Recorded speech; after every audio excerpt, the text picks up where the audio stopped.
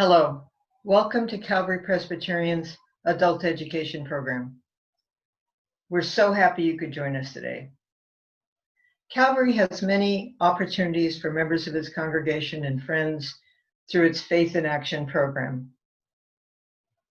We are aware of the ever-growing disparity between the rich and poor in this country. And Calvary has identified 4 nonprofits that have a good track record of helping to others to bridge this gap. One, San Francisco Achievers, works with young African American men in high school and college to help them achieve their dream of getting a college degree. We do that through a strong mentoring program and through college scholarships and other services. Raphael House helps homeless families. They have a facility down on Sutter Street where they house a number of families, and they help them to get the resources and what they need to be able to move into permanent housing. And volunteers come and help serve evening meals to those. And that's another important service that we do to help people transition to permanent housing. Several other programs also focus on education. Boys and Girls Club of San Francisco helps young people, school-age people, 6 to 18 years old. They focus on children in the Hayes Valley and Western Addition area of town.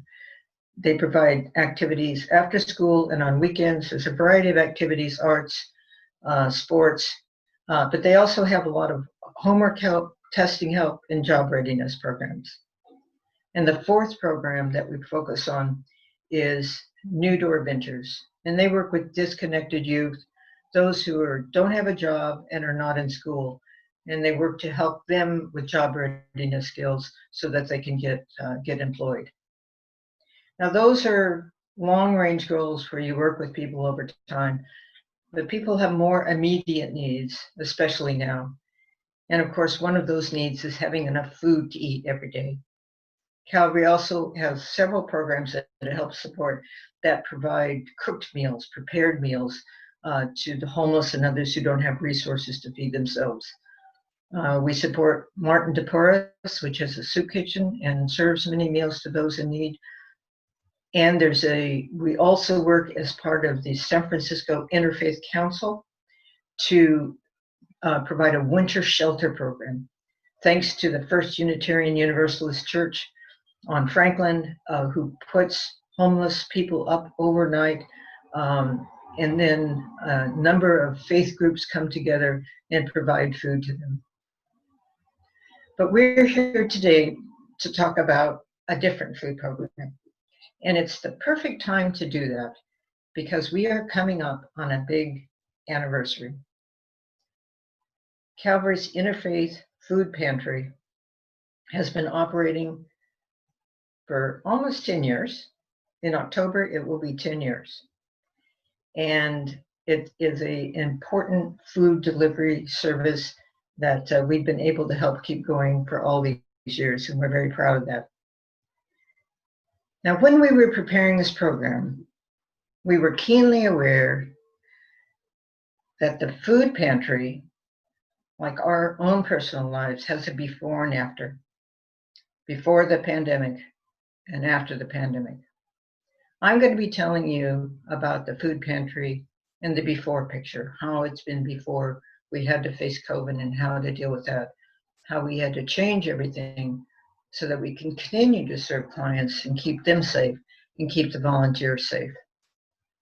So in telling that story, after I tell you a little history about the pantry, how it operates, how it works, we're going to have other speakers, and they're going to, put the context of food pantries into the broader issue of food distribution in the Bay Area to those who need, and the even broader issue of how this program fits in with the ever-growing problem of hunger and food insecurity, made even worse now, of course.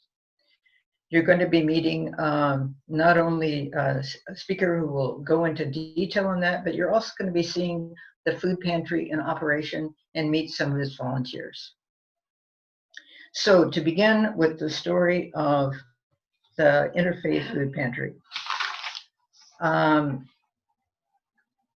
In 2010, 5 churches came together and agreed to operate the pantry. This operates out of Old First Presbyterian Church down on Sacramento between Polk and Van Ness Avenue. We operate Saturday mornings, and it takes a lot of volunteers to feed the 300 clients that come through each Saturday. So 5 churches got together and committed to providing volunteers their volunteer resources and some of their financial resources, because we have some administrative costs running the pantry, and to take turns to run the pantry on Saturday mornings.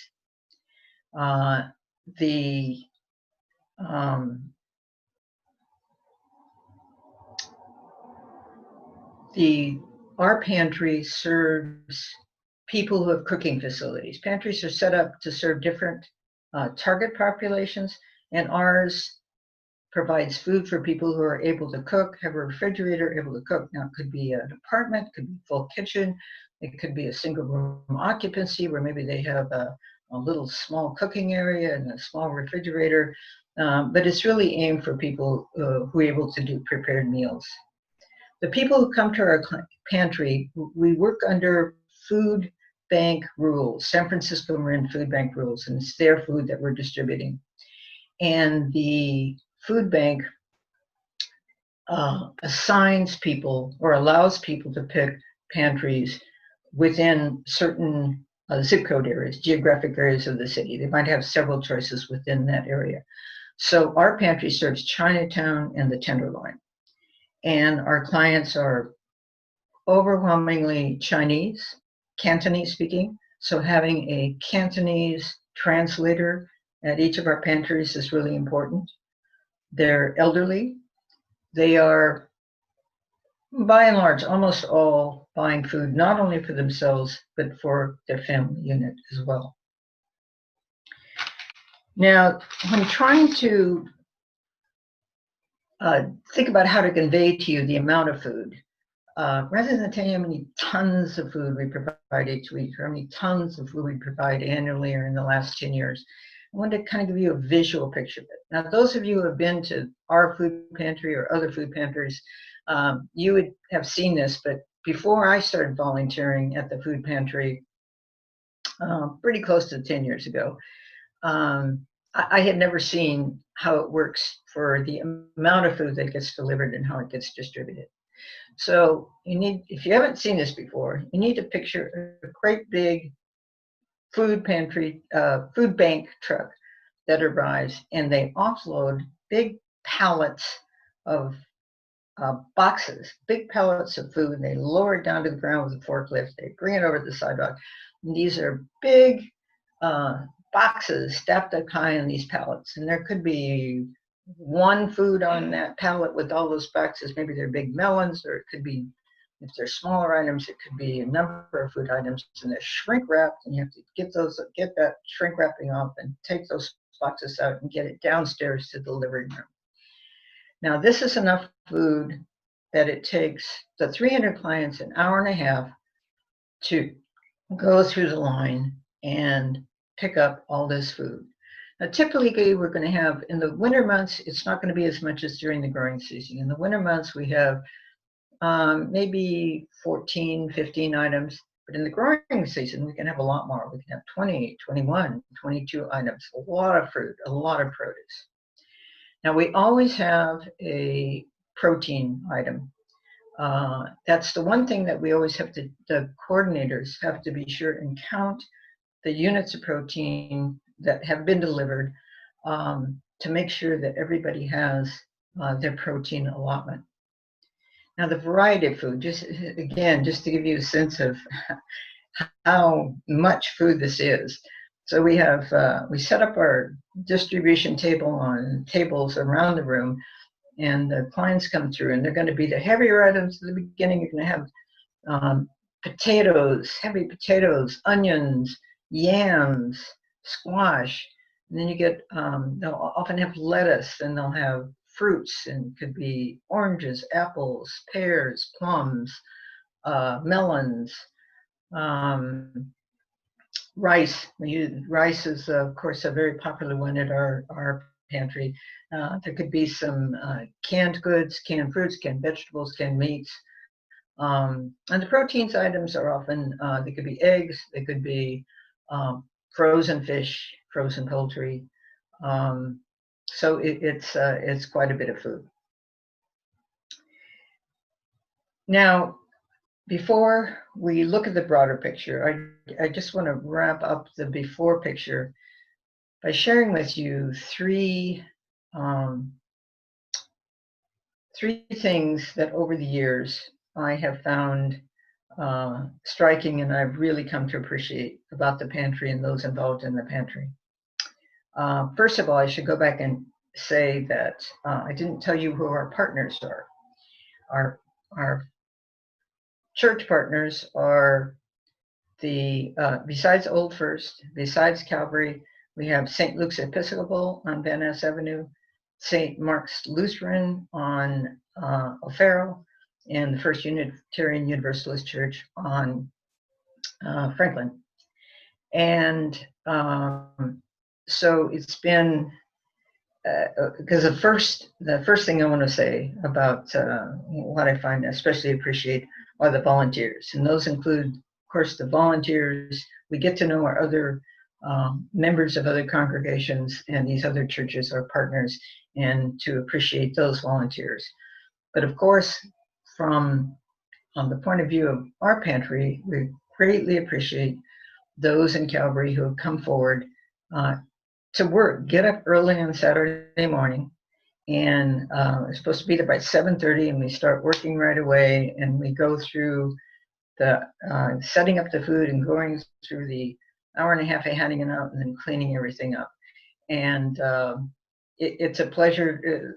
Every volunteer contributes something. Those who are strong are able to carry those great big bags of onions and potatoes and the stacks of heavy fruit. So it's great to have the strong people. It's great to have the kind. We want to show people that they're welcome to come, and that we're glad that they're coming and picking up their food. The young people, it's a pleasure to have. This is a great volunteer service for little kids, and they enjoy handing out the food to the clients who come through. And it's a pleasure for the clients. It's a pleasure for the volunteers. And then the older kids, they're energetic. The Troop 14 comes. We really appreciate having them. These are strong, enthusiastic kids, and they're very funny. So we always enjoy having them. And then the often forgotten but ever important offstage box cutters. All those boxes that come in have to be cut up, stacked, tied together, and put in the bins to go out. And those people work in the back room. Yeah, they're working at least 2 hours, and it's a lot of work, and we really appreciate that. So many, many thanks to the volunteers who have worked with us and come out so willingly on Saturday mornings. The second thing I wanted to express great appreciation for is Old First Presbyterian. I just hadn't given this much thought. As a volunteer, I just said, oh yes, this is the facility where we hand out the food. But once I became a coordinator and realized how much of a burden it is for a church, and what a responsibility it is to invite every Saturday 5 different organizations into their church who has this big operation. They are the ones that have to deal with security, making sure only we have access, but that we do have access when we need it. We can usually the first ones there to open up in the morning. They have to deal with wear and tear. We take their great big tables that they use for meetings and food banquets and everything, and we stack them on the stairs, and these big boxes of food go whisking down so we can get it into the room. And these are, these we're using, they're producing these things that they have to worry about replacing. Maintenance. If we stack our watermelons too close to the mall and the mall gets discolored, they have to do the repainting. We're just so grateful that Old First has this facility and is willing to let us use it. And the last thing I want to do is to thank Calvary. I've mentioned before the many volunteer opportunities that they provide, and this is an important one. It's one where I always feel, and I think the volunteers, there's just sense of joy in doing it, and it allows us to do just what faith in action says. It allows us to do action that fulfills our faith. And I've done many different kinds of volunteer activities over the years, but this has been the only one where I am so keenly aware that when we're doing this, we are acting on behalf of Jesus. And there's a concept that I'm going to go over here and get my piece of paper so I can read it. I never can remember the wording quite right, but this is the one that I overwhelmingly have a sense of. So just a minute. So Christ has no body now on earth but yours. Yours are the hands with which he is to bless his people. And now we will take you to the remainder of our program.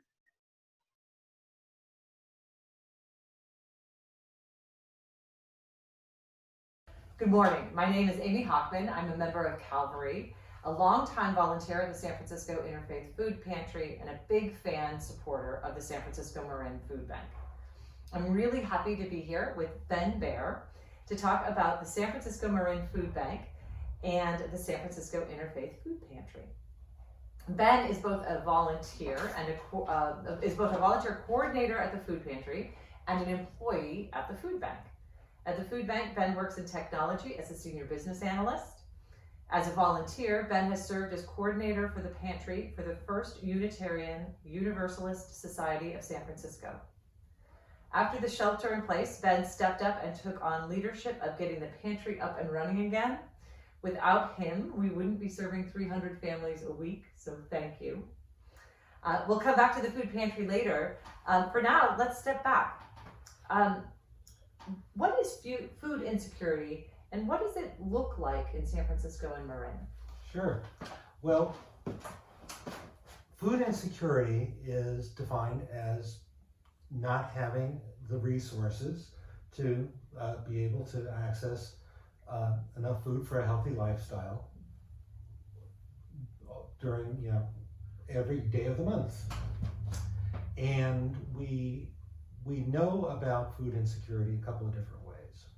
We survey people and ask, do you feel confident that you have enough food for a healthy lifestyle and access to food, and or are you finding that you're either skipping meals or just have concern that you're not going to have the food that you need for yourself and your family. And then we also are able to look at that in terms of economic insecurity. We do periodic surveys looking at the economic situation of people in the Bay Area and across the nation to determine, okay, what income do people have? What do they need to spend that income on in terms of housing, medical care, all those other things that we need to spend money on? We look at what government assistance is available to them. And we look at what the nonprofit sector, like food banks, are doing in terms of providing meals. And so we're able to just do the arithmetic and say, this is how many meals people can buy with their own resources. This is how many meals they can access through CalFresh, or what used to be called food stamps. This is how many meals they're getting through the nonprofit sector. And then we can say, okay, what's the gap between that and how many meals would be 3 healthy meals a day? And so between those two things, we know that food insecurity is really tied to economic insecurity. We don't so much talk about hunger, because hunger really means that people are feeling that physical sensation of not having food. But food insecurity can manifest in a lot of different ways. It can manifest in not having healthy food.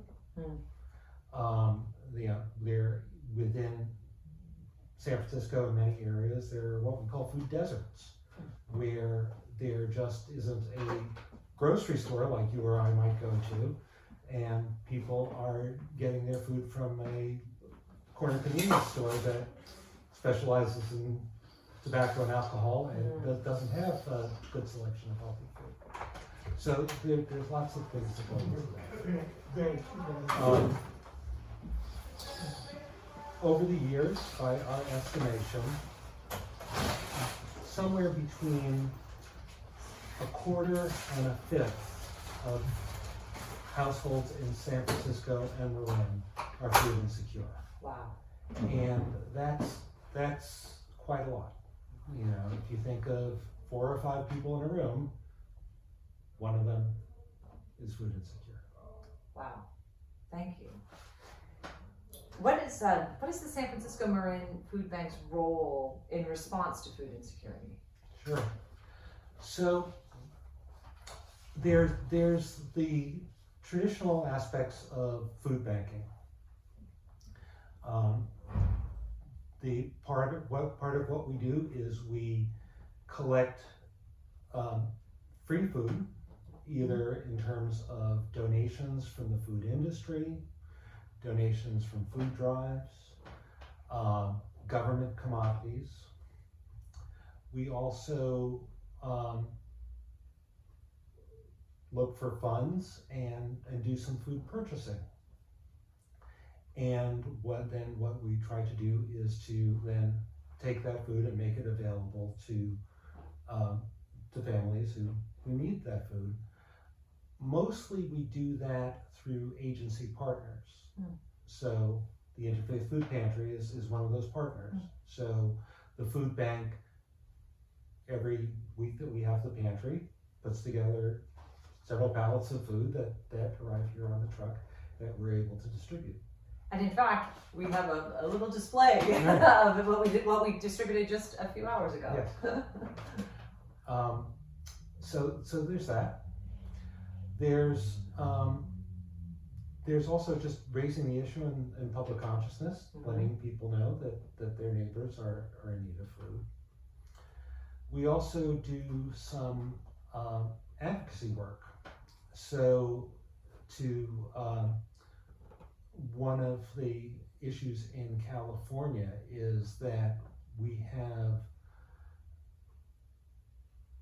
the ratio of people receiving, again with CalFresh, what used to be called food stamps, versus the number of people who are eligible for that because of income. California is probably the lowest in the nation in terms of that ratio, that we have the most people who could qualify for CalFresh but are not receiving it. And there's lots of reasons for that. Some of them are just frankly bureaucratic, that it's a very involved process to access that. And so we are on the one hand working to sign people up for CalFresh, but also we are working with government to advocate that the process should be more accessible and that more people should be able to access that food. Makes sense. It's amazing.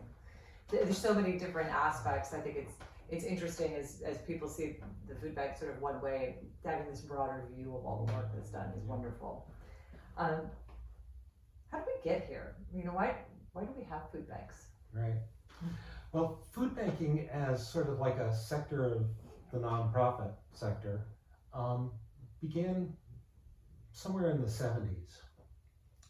And there were lots of social things that led into that.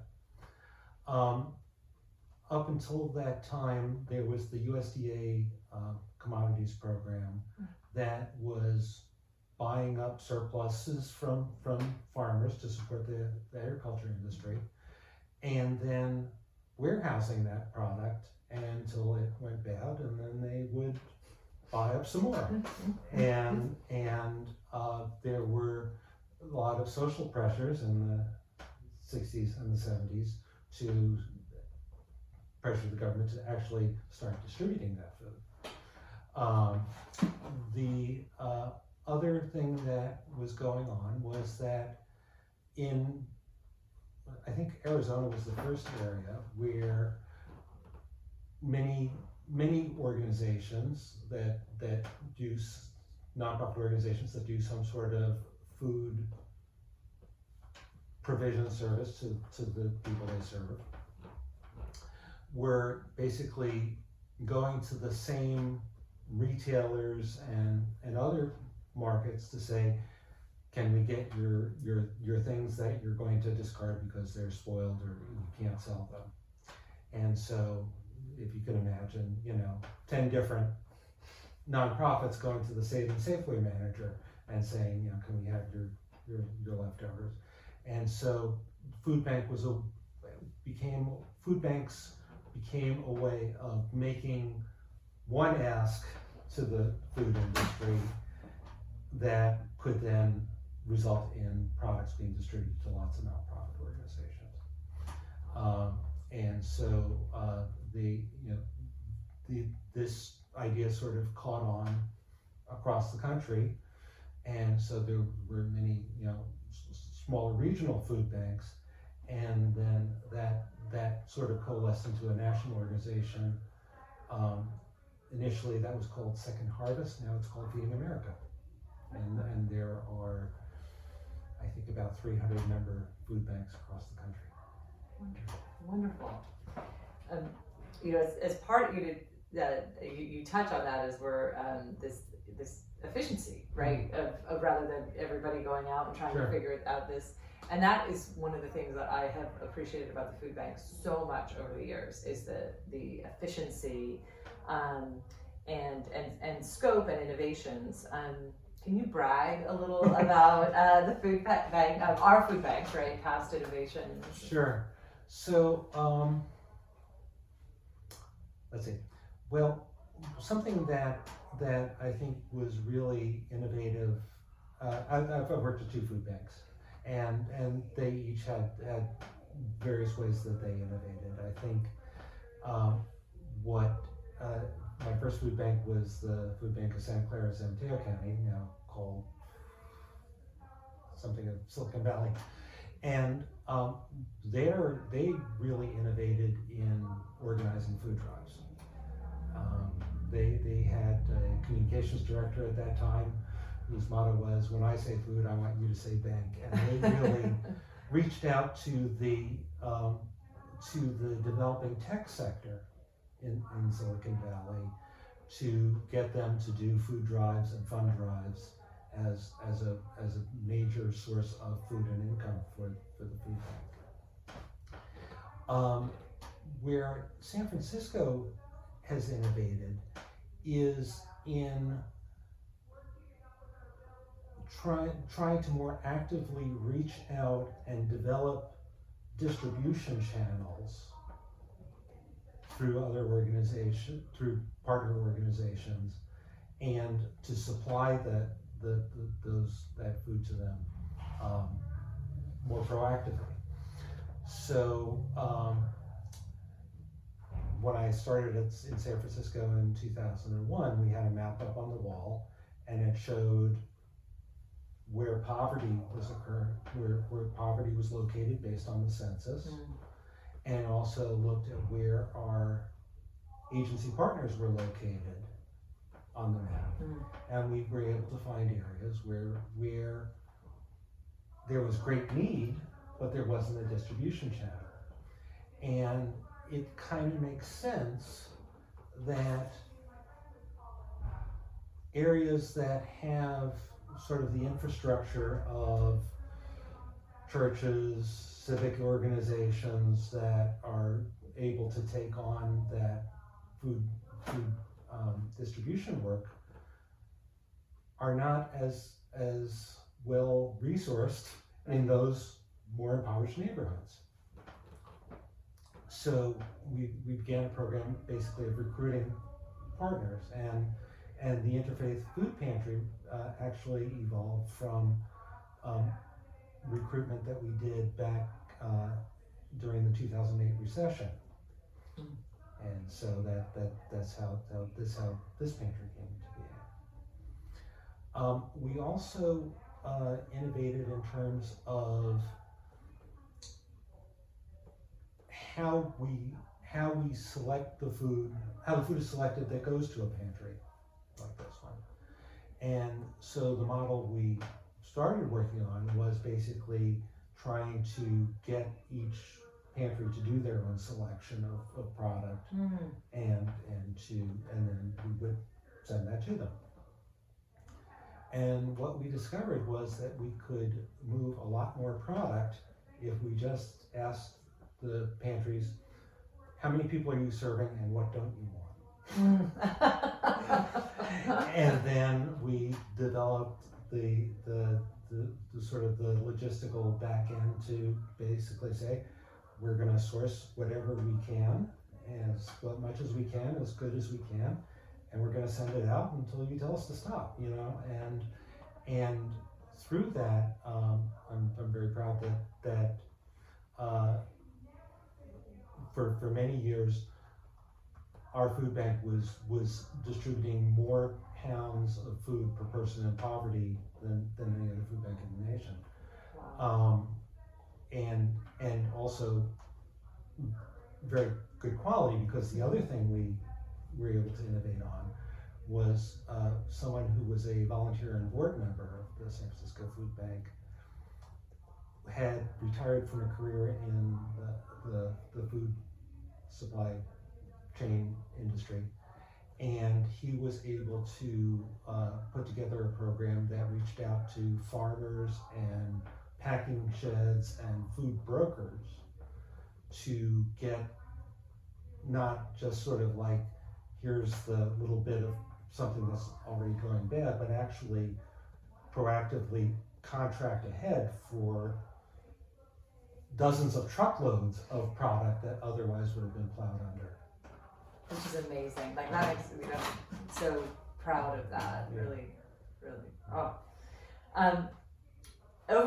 So let's come back to the Interfaith Food Pantry. Sure. Right now we're sitting here after having just distributed food to I think it was 290 people today, and over the past months I've been amazed at the transformation of the food pantry, of this food pantry, to address the new safety measures required by COVID-19.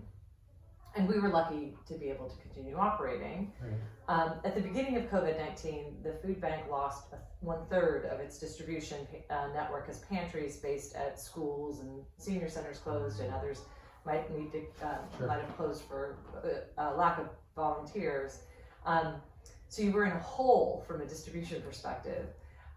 Can you speak to the food bank's extraordinary transformation to now distributing, I think, about twice as much food as prior to COVID-19? Mm-hmm, yeah.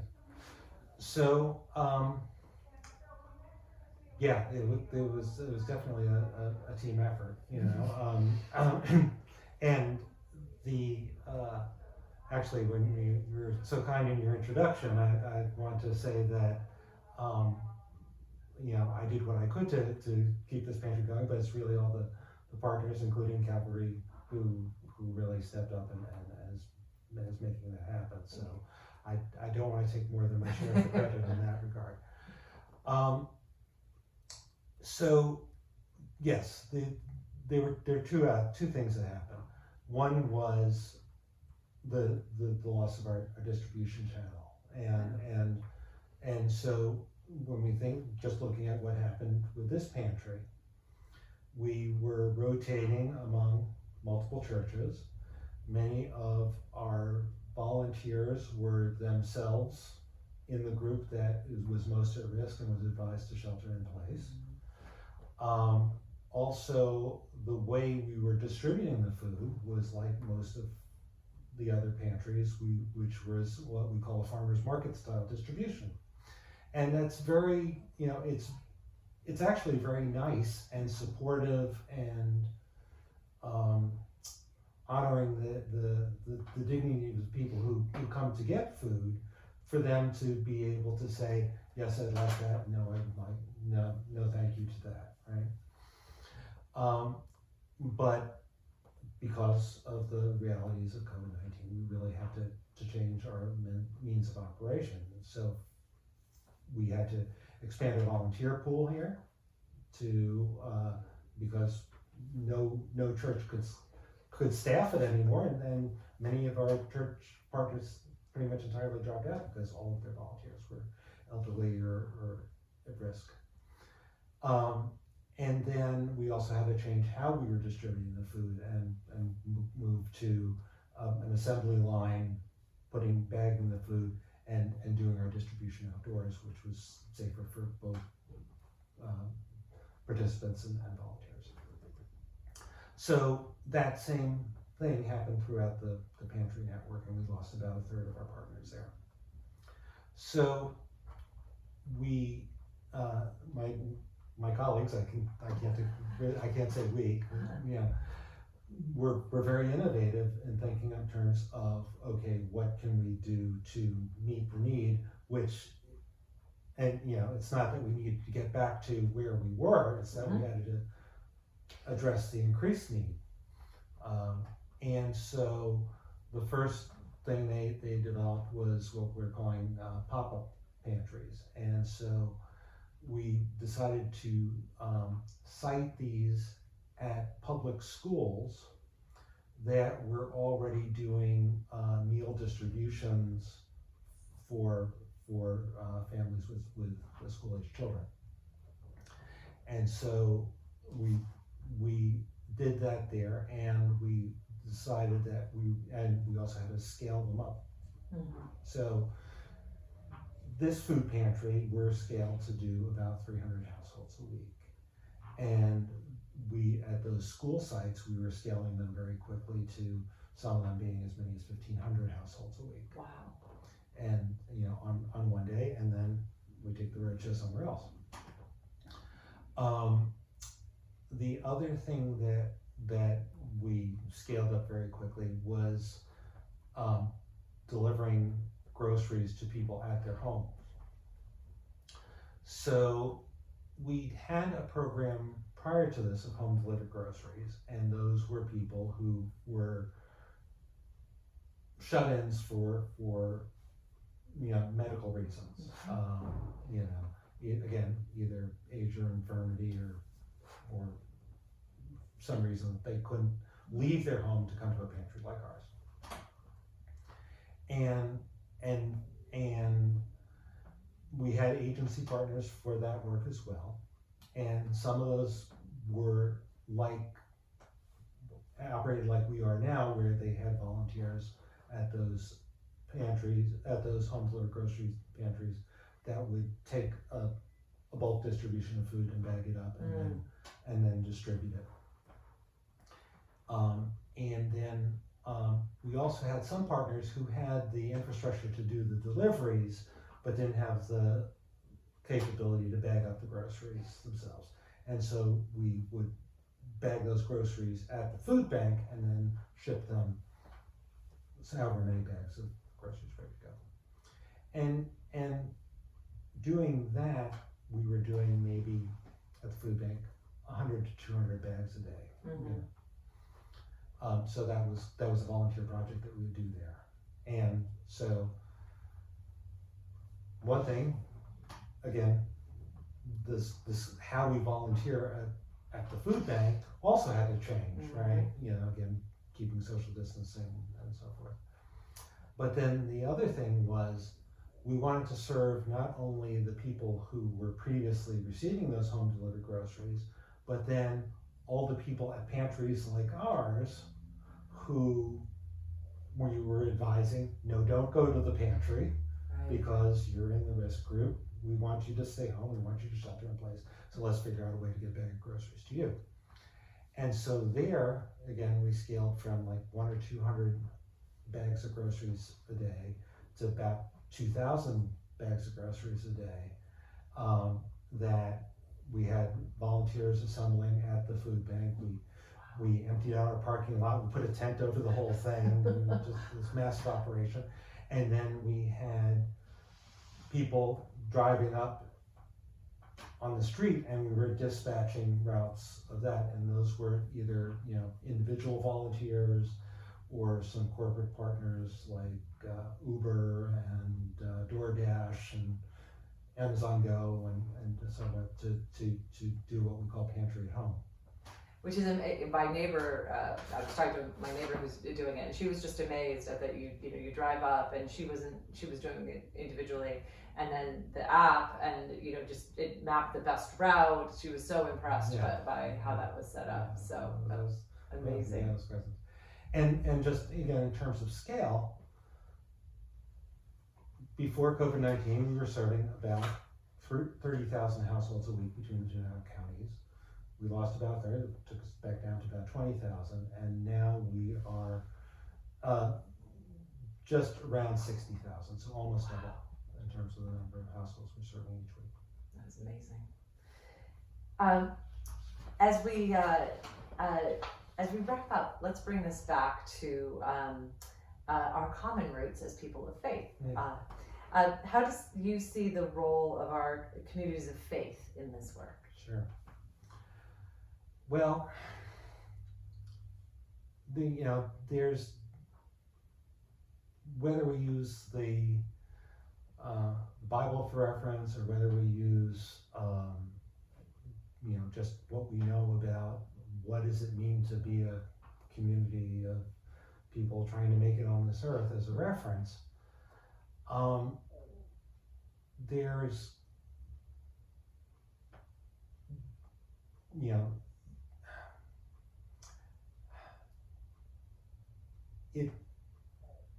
well, actually, I'm going to answer a different question. And Sure. They can edit this if they want.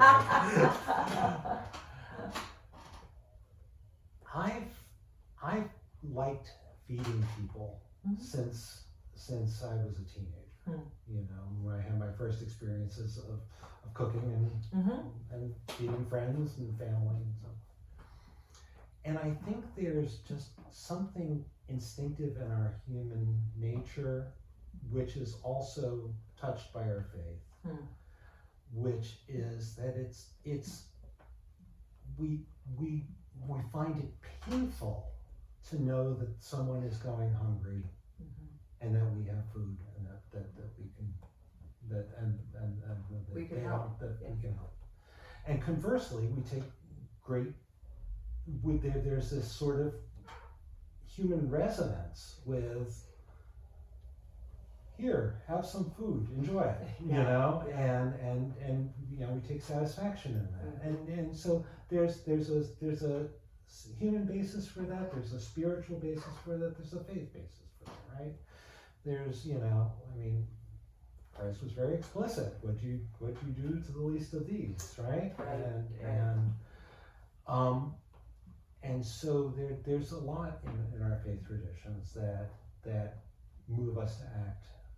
To alleviate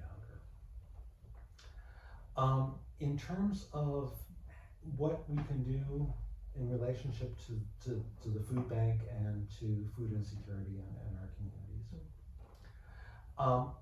the food bank does a lot of good work that we talked about, and we can support that either through volunteering at a pantry like this or volunteering more directly with the food bank.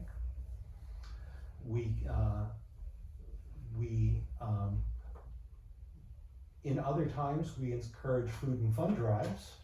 Now, because of just the logistics of all the handling that goes into a food drive, we're not encouraging that as much at this time, but funds are always welcome. And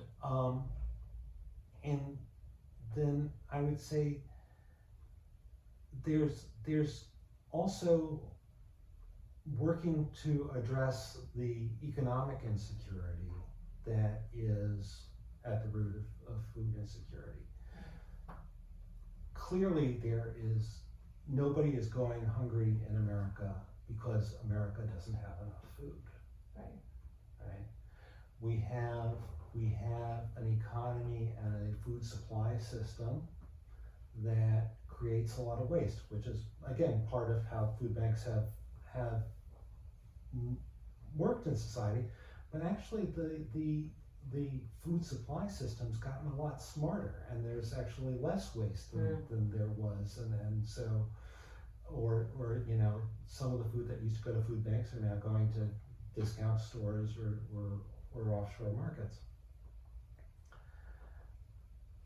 But so, again, we look at food insecurity in San Francisco.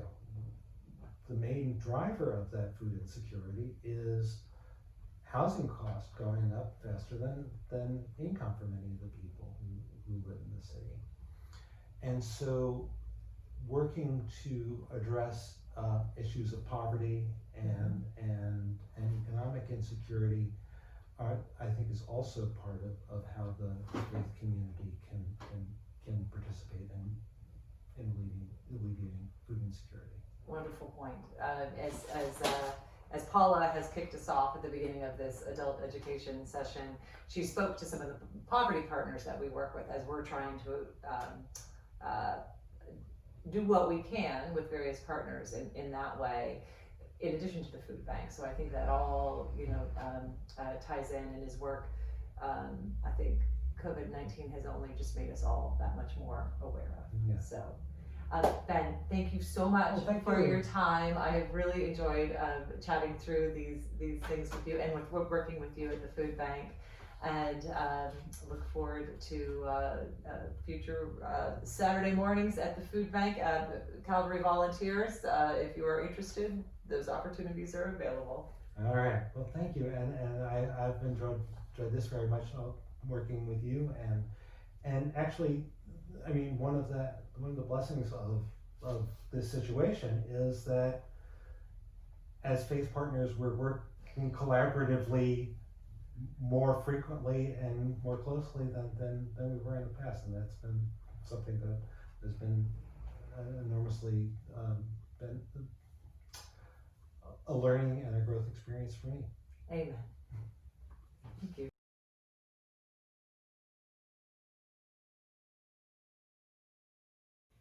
Hello, it's Pastor Maggi Henderson at Old First Presbyterian Church.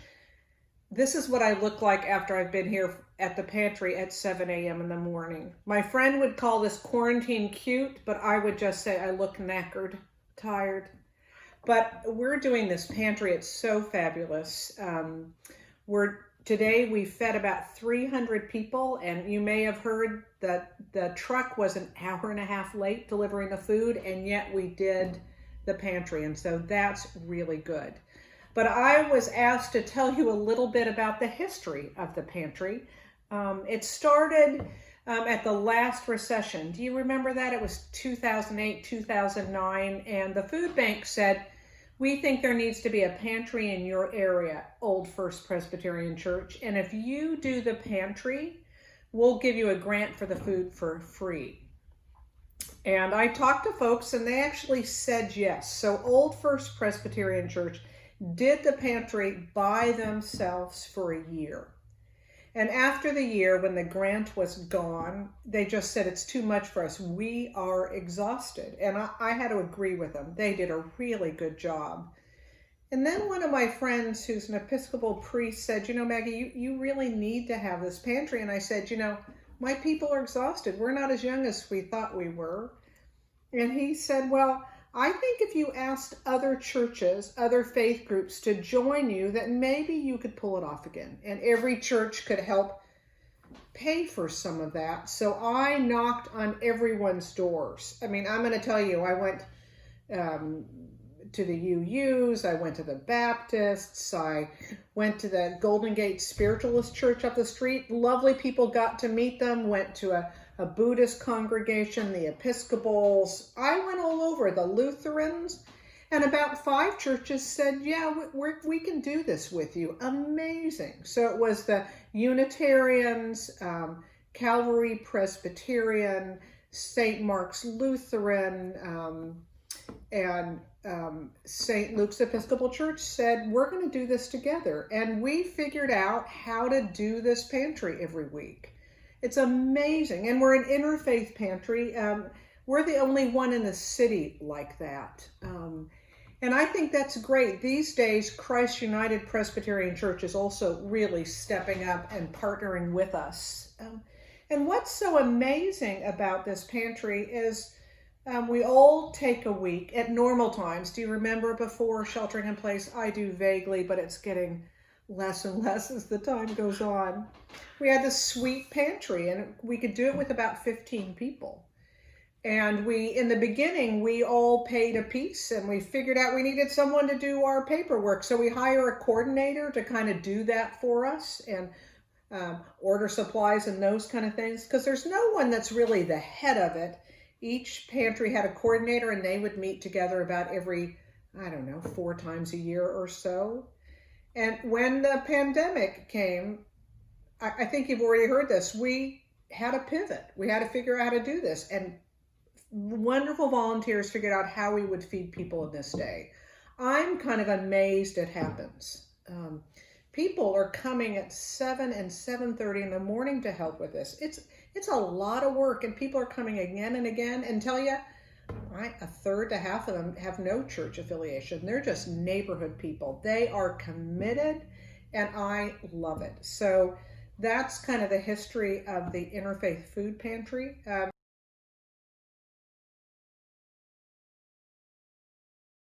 Go. Hi, my name's Henry. I was recently confirmed at Calvary, and I'm a member of Troop 14. I love coming to the food bank because you get to see like the same people every week, and then at the same time you get to meet so many new people, and you build relationships with all of these like wonderful creative people that you're meeting, and then at the same time you get to help feed hundreds of people in just a couple hours. And I feel like that's an impact that's hard to get if you're working somewhere else, or if you don't have this amount of people that are working so hard.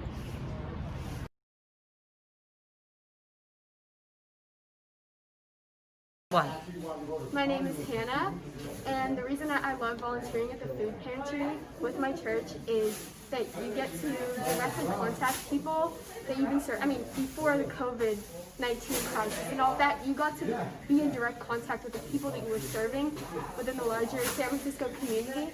And you get to do that with people that you've also known for years in your church, friends and family, but also you're taking those friends that you have known forever, and together you are making new friends by serving other people who walk the streets right next to you every day.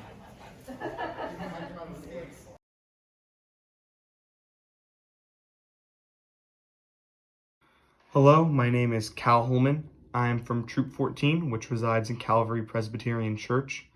I've been volunteering at the food pantry since about April, when the pandemic really got started. I'd volunteered at the food pantry before, but it wasn't anything consistent like I'm doing now. The reason why I decided to volunteer is because I really want to make a positive impact on my community, especially in this hard time when many people are struggling financially because they've lost their job due to the COVID crisis. But the reason I keep coming back to the food pantry is because I see the same people each and every week, and you see all the people that are helped, and you see their faces, and they're very happy, and that makes me want to come back every week. Due to the current COVID crisis, many food pantries across the city have had to shut down due to lack of volunteers, which is another reason why I wanted to help work at this food pantry, because I wanted to make sure it stayed open. A food pantry has implemented many systems and policies in order to keep both the volunteers and the recipients of food safe, but a consequence of this is that you need more volunteers because it's more spread out, and there's more things that need to be done in order to, like, cleaning, and in order to make sure that the food pantry stays safe.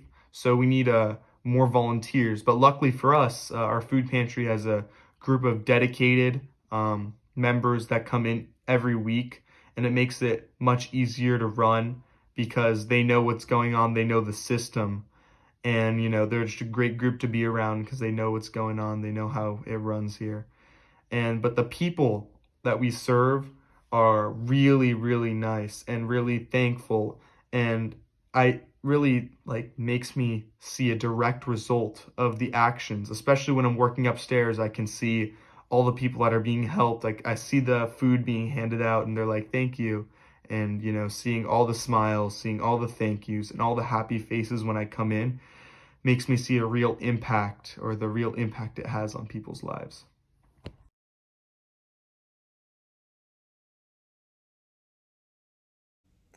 As you can see, volunteering is a very rewarding experience. Serving others, connecting to Calvary, the broader faith community, and San Francisco.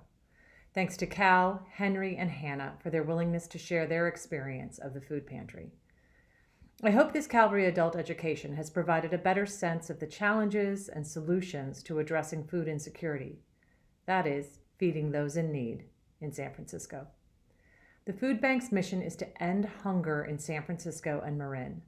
They envision a community where everyone is able to obtain enough nutritious food in a dignified manner to support the health and well-being of themselves and their family. A lofty and appropriate goal. Calvary has been engaged in this work for over 10 years, serving as the hands and feet of Christ, engaging with our interfaith brothers and sisters, and serving 300 families per week.